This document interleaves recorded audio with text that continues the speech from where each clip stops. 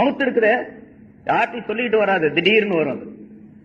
அதுக்கு பிறகு அதனாலதான் ஸல்லல்லாஹு அலைஹி வஸல்லம் சொன்னாங்க, எவ்வளவோ நினைச்சு வச்சிருப்பாரு, சரி வீடு கட்டலாம், சம்பாதிக்கலாம், வீடு கட்டலாம், அதை செய்யலாம், இதை செய்யலாம், அப்படி செய்யலாம், இப்படி செய்யலாம், அங்க போகணும், இங்க போகணும், இந்த பிசினஸ் அந்த பிசினஸ், அப்ப கஸ்டமர் வருவாங்க, அது பண்ணுவாங்க, எல்லாம் நிறைய ஆசைகள் நிறைய மலை போல குமிஞ்சிருக்கும் மனசுல. மவுத்து வந்துருச்சு, எல்லா ஆசையும் தவிடுபடியாயிடும். அதுக்கு பேர் தான் ஸல்லல்லாஹு அலைஹி வஸல்லம் ஹாதிமுல் லஸ்ஸாத், இன்பங்களை தகர்த்தெறியக்கூடியது மவுத்துக்கு பேர். அதனால ஸல்லல்லாஹு அலைஹி வஸல்லம் மவுத் என்ற வார்த்தையை சொல்லாமலேயே இப்படி சொல்லி காட்டுகின்றார்கள், அக்ஸிரு ஸிக்ர ஹாதிமில் லஸ்ஸாத், இன்பங்களை தகர்த்தெறியக்கூடிய ஒன்றை அதிகமாக நினைவு கொள்ளுங்கள் அப்படின்னு சொல்றாங்க. இன்பங்களை தகர்த்தெறியக்கூடிய ஒன்று, அது மவுத், அந்த மவுத்தை அதிகமாக நினைத்துக் கொள்ளுங்கள் அப்படின்னு சொல்றாங்க. நிச்சயமாக மவுத் என்பது வரும், அதுல எந்த விதமான சந்தேகம் கிடையாது. முன்னால ஒரு சம்பவம் சொல்லி இருக்கிறேன், இந்த ஆயத்து சம்பந்தமா நிறைய விளக்கங்கள் அடுத்த வாரம் பார்ப்போம். அதை இப்ப சுருக்கமா அந்த ஆயத்தினுடைய மேலோட்டமான விளக்கம். மவுத் என்பதை யாரும் தவிர்க்க முடியாது. அப்படி யாராவது இருந்தா ரசூலுல்லாஹி ஸல்லல்லாஹு அலைஹி வஸல்லம் இருந்திருக்கணும் உலகத்துல. அவங்க இருந்தா ஒன்னும் பிரச்சனையே இல்ல. ஸல்லல்லாஹு அலைஹி வஸல்லம் இருந்துகிட்டே இருக்காங்கன்னு வச்சுங்க, யாருக்கும் எந்த சந்தேகமும் வராது.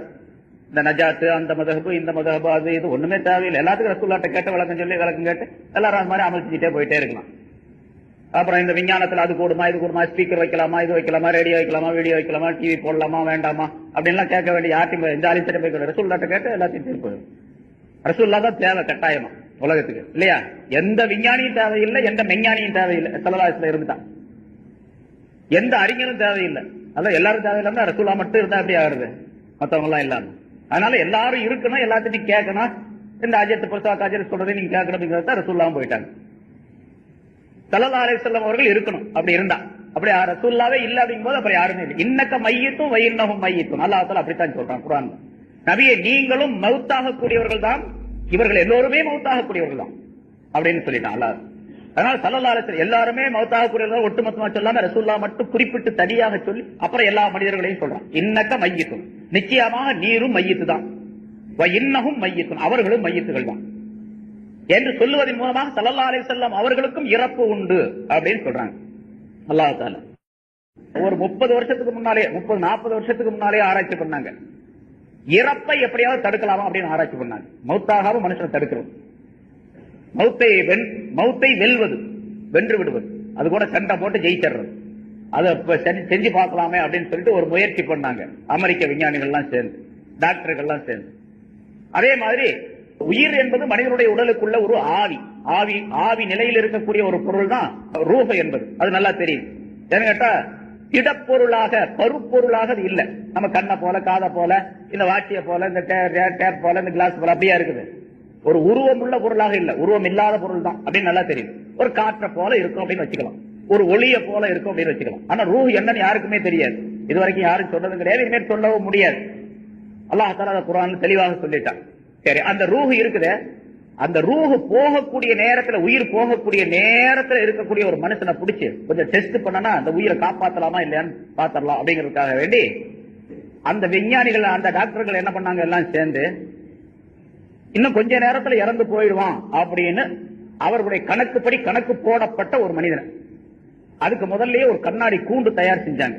கண்ணாடி கூண்டு, அந்த கண்ணாடி 4 பக்கம் கண்ணாடி, கீழையும் கண்ணாடி, மேலையும் கண்ணாடி, ரொம்ப பருமனான கண்ணாடி, அதை உடைக்க முடியாத, அதாவது குண்டு துளைக்காத அப்படின்னு சொல்றோம்ல, இப்ப மந்திரிகளுக்கு எல்லாம் பாதுகாப்பு கொடுக்குறாங்க, குண்டு துளைக்காத கண்ணாடி காரு அப்படின்னு சொல்லிட்டு, அந்த மாதிரி குண்டால் துடைக்க முடியாத வலுவான ஒரு கண்ணாடி மாளிகை எழுப்பினாங்க, கண்ணாடி கூண்டு.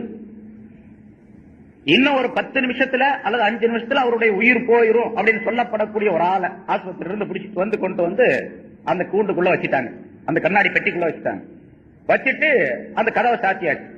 அது காத்தும் கூட போக முடியாத ஒரு அமைப்புள்ள கண்ணாடி பெட்டி, அது காத்தும் கூட உள்ள போகாது, உள்ள இருந்து வெளியே வராது, வெளியே இருந்து உள்ள போக முடியாது. அப்படிப்பட்ட ஒரு வலுவான ஒரு கண்ணாடி அறை ஒரு பெட்டி செஞ்சாங்க. அந்த பெட்டிக்குள்ள அந்த ஜனாதா, அந்த நோயாளியை கொண்டு போய் வச்சாச்சு. இன்னும் ஒரு 5 நிமிஷத்துல 10 நிமிஷத்துல இறந்து போயிடுவார். இது எவ்வளவு பேரு, ஒரு பெரிய டாக்டர் குழுவே இந்த மாதிரி உள்ள ஒரு ஆராய்ச்சி செய்யறாங்க. எல்லா டாக்டர்களும் அந்த கண்ணாடி சுத்தி, கண்ணாடி பெட்டி சுத்தி உட்கார்ந்துட்டாங்க. ரூஹ் எப்படி போகுது, அது மூக்கு வழியா போகுதா, வாய் வழியா போகுதா, வேற வழியா போகுதா அப்படின்னு பார்க்கலாம் அப்படின்னு சொல்லிட்டு எல்லாரும் உட்கார்ந்துருந்தாங்க. இது நிஜமா நடந்தது, கதையல்ல இது. ஒரு 40 வருஷத்துக்கு முன்னால டெஸ்ட் பண்ணி முடிச்சு மவுத்தை வெல்ல முடியாது அப்படின்னு எழுதி வச்சிருக்கிறாங்க. இப்போ அந்த கெஜெட்ல இருக்குது. சரி, அப்ப எல்லாம் உட்கார்ந்து இருக்கிறாங்க. கொஞ்ச நேரம் ஆன உடனே அந்த மனிதன் ஒரு பெருமூச்சு விட்டான். உள்ள மூச்சு விட்ட உடனே மூக்கு வழியாக வெள்ளையா ஒரு புகை வந்துச்சு. வெள்ளையா புகை மாதிரி சிகரெட் குடிச்சால் அது இந்த தேநீர்ல இருந்து புகை வருது, அது மாதிரி ஒரு புகை வந்தது. லேசா புகை வந்துச்சு. வந்த உடனே சுருள் சுருளா அந்த புகை அப்படி மேல போச்சு.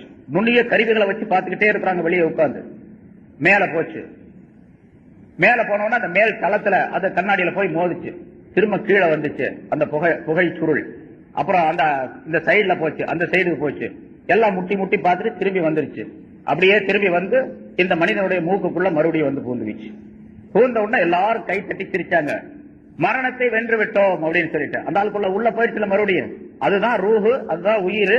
அது வெளியே போச்சு, போறதுக்கு வழி இல்லாம திரும்ப அந்த ஆளுக்குள்ளேயே போயிடுச்சு அப்படின்னு சொல்லி முடிவு பண்ணி கை தட்டி சிரித்த போது மீண்டும் புகை போன்ற அந்த ரூஹானது அதிவேகமாக வந்து கண்ணாடி பெட்டியை உடைத்துக் கொண்டு வெளியேறியது. தூள் தூளாயிருச்சு பெட்டி. இந்த டாக்டர்கள் ஆஸ்பத்திரி போயிட்டாங்க. ஆனா மௌத்தை வெல்ல முடியாது அப்படின்னு சொல்லிட்டு அப்ப எழுதி வச்சதான் இன்னும் இருக்கு, 40 வருஷத்துக்கு முன்னால் நடந்தது. அதனால மௌத்தை யாருமே வெல்ல முடியாது, நிச்சயமாக அதை சுவைத்தே தீர வேண்டும் என்று அல்லாஹ் தஆலா சொல்லுகின்றான். இன்ஷா அல்லாஹ் இந்த ஆயத் சம்பந்தமாக நிறைய விளக்கங்கள் மௌத் சம்பந்தம்